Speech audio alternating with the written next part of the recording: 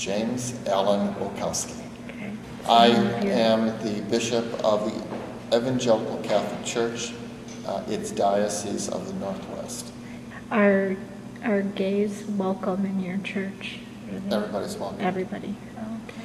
And you know, even that makes me somewhat uncomfortable to say.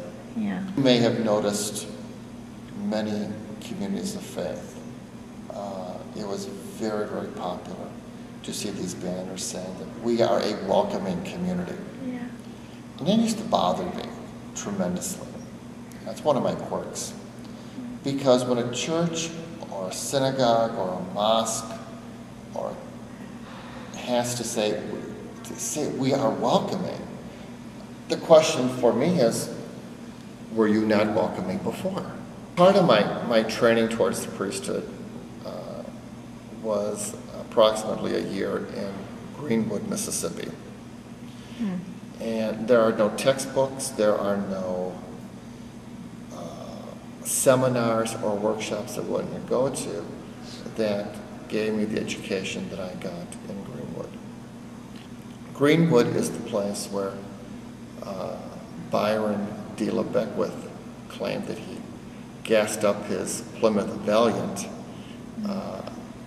on the night that Medgar Evers was assassinated. So it's one of the things that put Greenwood on the map of notoriety. Plus, when I was stationed there, the Klan was still very powerful. And one day, a family invited a number of us from the mission to have lunch with them. And it turned out that it was at a segregated country club. And I couldn't, in good conscience, go in for lunch. And I had received a picture someone sent me a number of years later stating that the country club had evolved, or they welcomed everybody. So when I see welcoming signs on churches or synagogues or mosques saying that we welcome everybody, I sometimes see it more of an indictment than I see it as a statement of welcome. Our mission really is to plant seeds.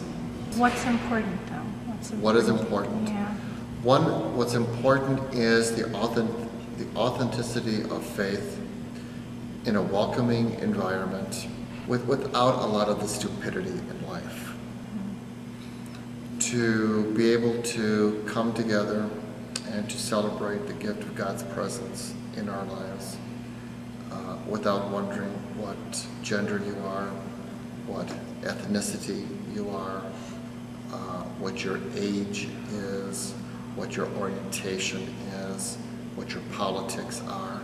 I heard something that you're going to do or you've done is working with folks who are in maximum security prison. Last Saturday, we celebrated the Easter Vigil, and a seminarian, and my seminarian and I went to to Division 11 at Cook County Jail.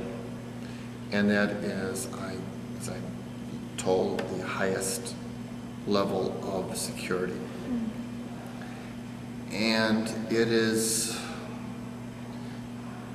a challenge to do that kind of ministry. And it's a challenge to take, to bring God inside an institution that most people have written off. Are these men hungry for what you were offering? Were they angry, guarded? Or do you just Guarded very much. But I think that they were surprised at something that I had said. And I'm very careful as to, I'm coached beforehand as to what phrases to avoid.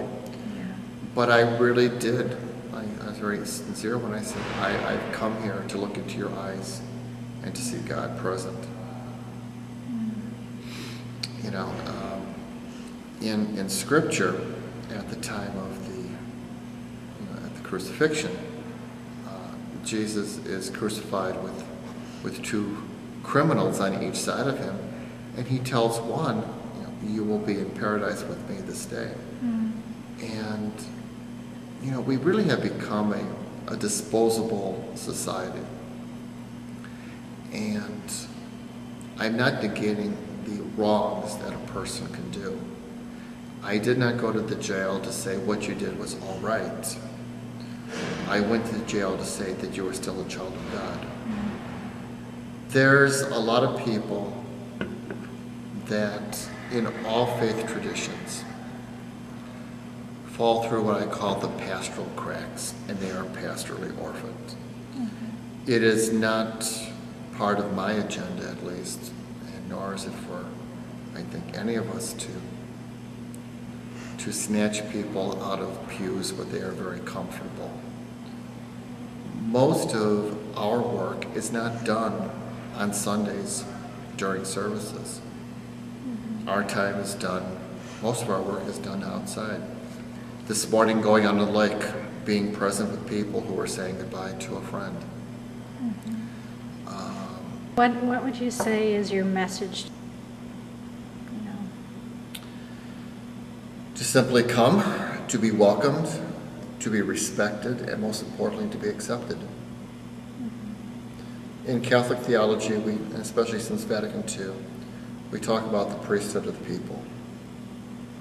And everyone has a place at the altar to